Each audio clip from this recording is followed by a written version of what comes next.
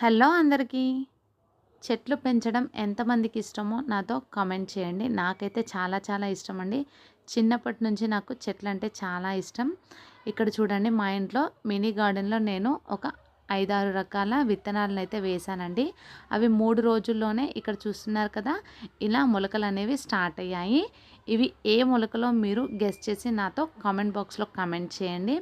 మీ ఇంట్లో మీరు ఏ రకమైన విత్తనాలను వేసి ఇలా వచ్చాయా?